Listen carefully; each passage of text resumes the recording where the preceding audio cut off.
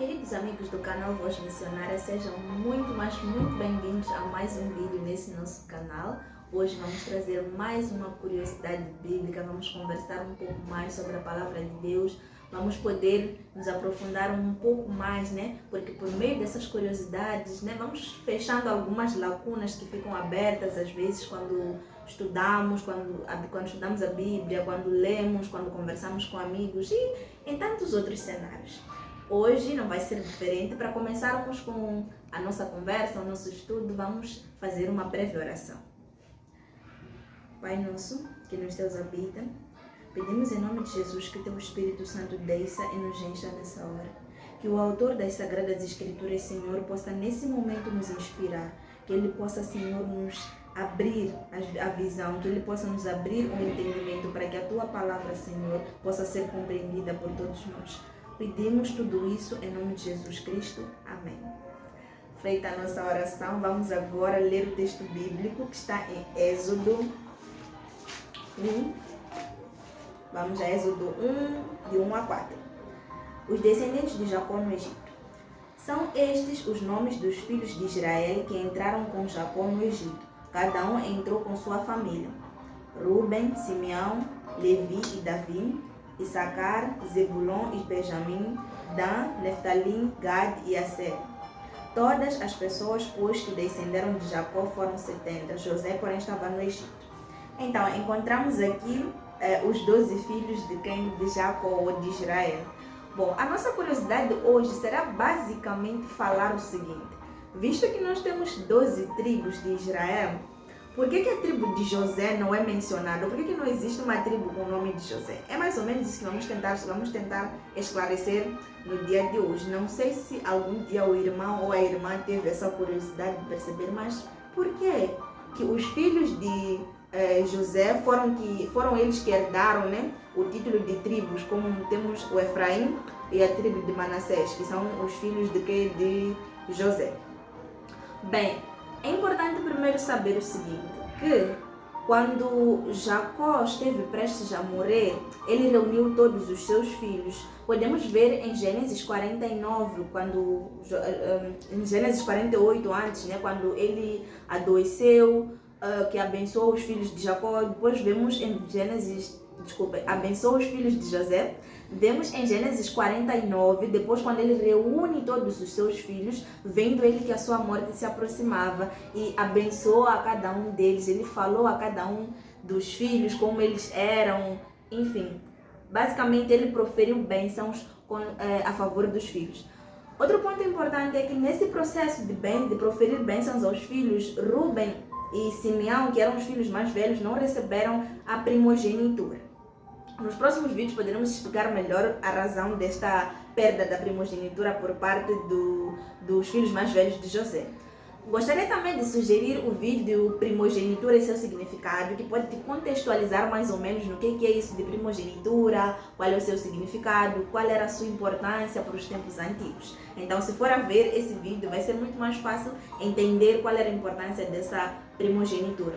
Vemos que José foi quem herdou essa primogenitura, pois ele recebeu as bênçãos dobradas da parte do pai quando ele estava a proferir as bênçãos. Vamos ler em Gênesis 49, dos versos 22 até 26. Diz o seguinte: José é um ramo frutífero junto à fonte. Seus galhos se estendem sobre os muros. Esta palavra é como expressar que José era um homem próspero, por assim dizer, Então, o pai aqui falava que ele era um ramo junto à fonte que prosperava. E no verso 23 diz o seguinte: os flecheiros não lhe dão amargura, atiram contra ele e o aborrecem.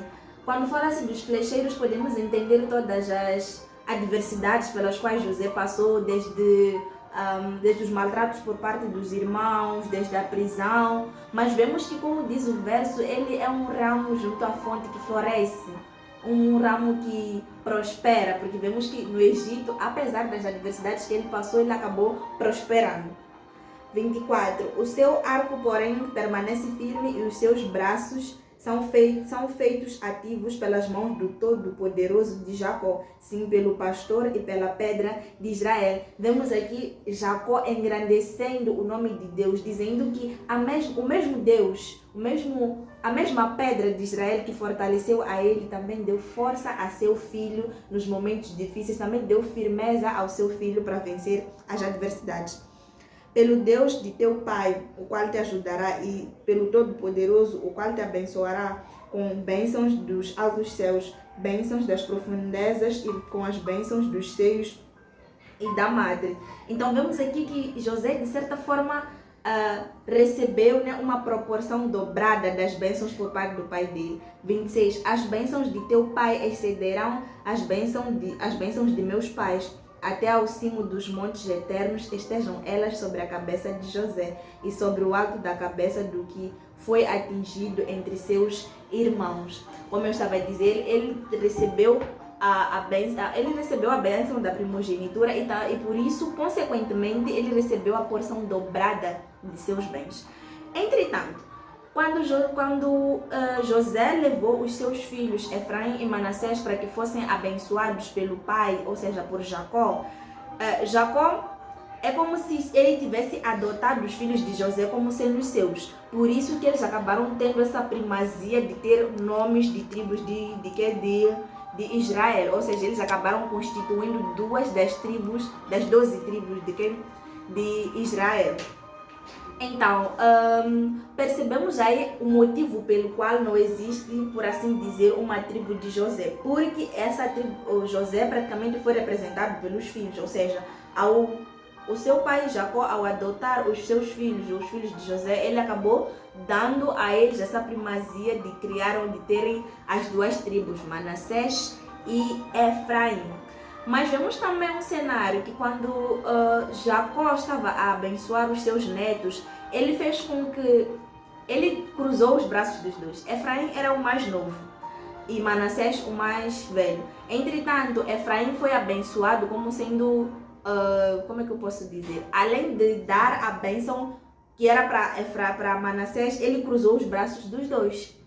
Eu quero dizer que Efraim foi constituído como sendo aquele que teria mais, por assim dizer, proeminência, né? Além de Manassés. Bom, esta foi a nossa curiosidade de hoje.